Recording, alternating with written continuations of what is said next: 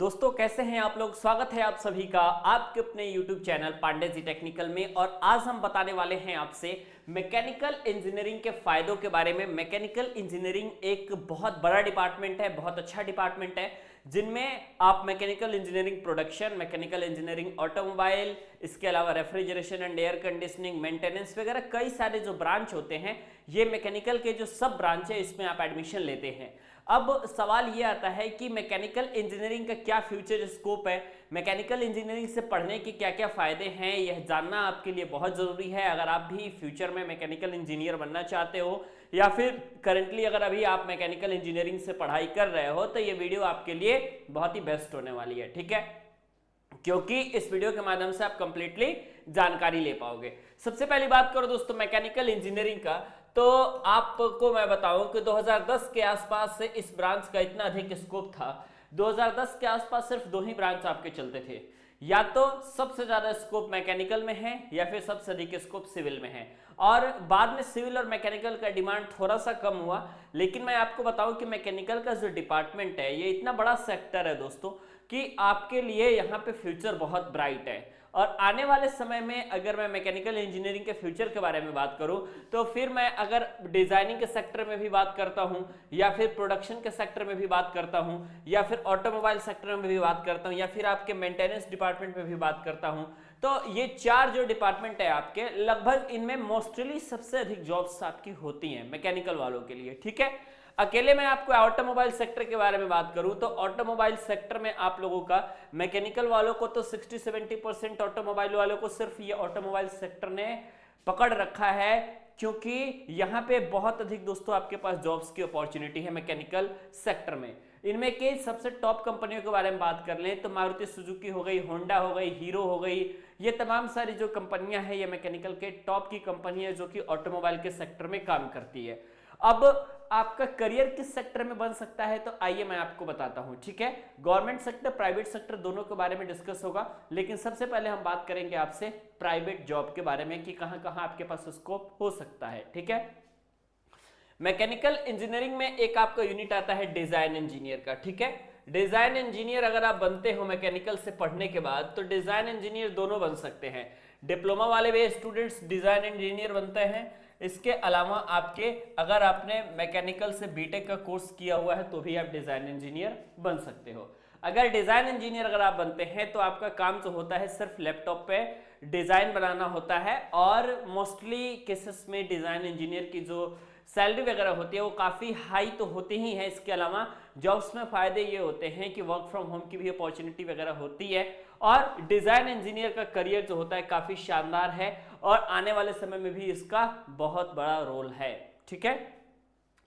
Production के बारे में बात करें तो मैकेनिकल का नाम लेते ही सबसे पहले बात जो ध्यान में आपकी आती है वो आती है मैकेनिकल प्रोडक्शन से रिलेटेड, ठीक है। तो मैकेनिकल का जो प्रोडक्शन यूनिट होता है एक ऐसा यूनिट होता है जहां पे आपका जो फाइनल प्रोडक्ट है वो बन करके तैयार होता है।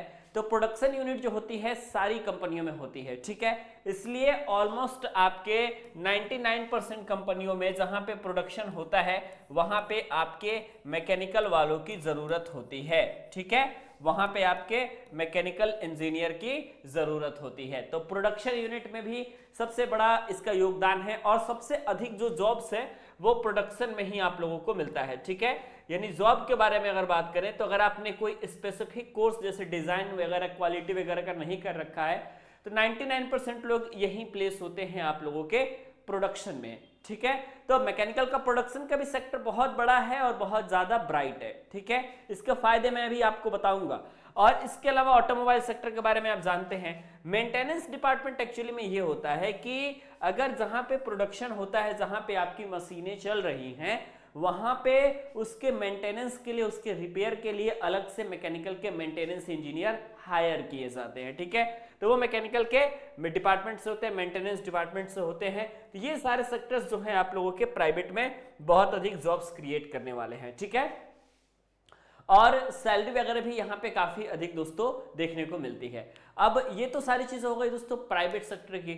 ऑलमोस्ट आपको अगर प्राइवेट सेक्टर में सरवाइव करना है मैकेनिकल इंजीनियर बन के, तो एक मैकेनिकल इंजीनियर को दोस्तों आप लोगों को कम से कम 3 साल तक अगर आप सेक्टर में रहते हैं तब जाकर के आप आसानी के साथ इसमें ग्रोथ हासिल कर पाएंगे, ठीक है।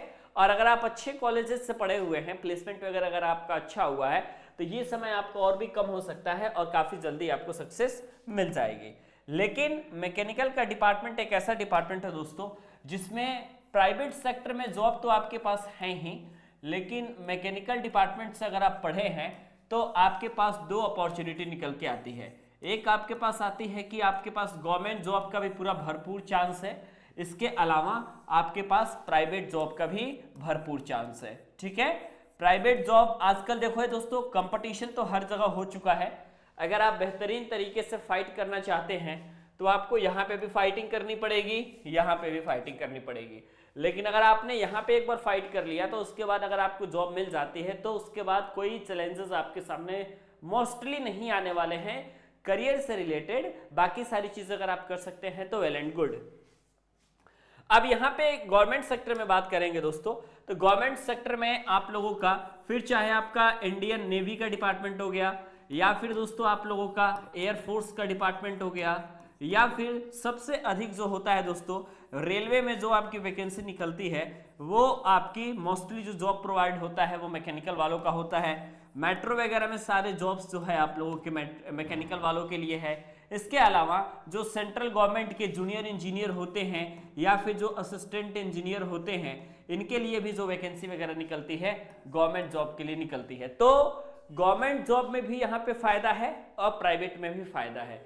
लेकिन सवाल यह है कि गवर्नमेंट जॉब में भी प्रिपरेशन करने वाले लोग ज्यादा हैं, क्योंकि मैकेनिकल इंजीनियरिंग लगभग हर कॉलेजेस में होते हैं और इसके सब ब्रांच अधिक है। कंपटीशन इसलिए बढ़ गया है क्योंकि सब ब्रांच अधिक है। जैसे मैकेनिकल प्रोडक्शन में बट गया, ऑटोमोबाइल में बट गया, मेंटेनेंस में बट गया, कैड में बट गया, ये सारी चीजें अलग अलग इसकी डिपार्टमेंट्स बढ़ती चली गई। और जब अलग अलग डिपार्टमेंट बढ़ती चली गई तो उसमें बच्चे भी बढ़ते चले गए, जिसके कारण कंपटीशन इसमें हाई हो जाता है। तो प्राइवेट सेक्टर के बारे में आपने देख लिया, गवर्नमेंट सेक्टर के बारे में देख लिया। तो अगर आप भी मैकेनिकल इंजीनियरिंग से पढ़ाई कर रहे हो तो आप इतना मान करके चलो कि फ्यूचर आपका ब्राइट है और इस सेक्टर में आपको आसानी के साथ जॉब्स अवेलेबल हो जाते हैं, ठीक है। तो कोई टेंशन की बात नहीं है। और काफी सारे लोग जो कि ये कहते हैं कि भाई मैकेनिकल में जॉब नहीं है, तो ये गलत बात है। मैकेनिकल में आपकी पूरी भरपूर जॉब है और आप आसानी के साथ यहाँ पे अपना करियर बना सकते हैं। वीडियो कैसा लगा दोस्तों आप हमें कमेंट करके जरूर बताइएगा। अगर वीडियो अच्छा लगा है तो अपने दोस्तों के पास भी शेयर कीजिएगा ताकि ज्यादा से ज्यादा लोगों के पास यह वीडियो पहुंच सके।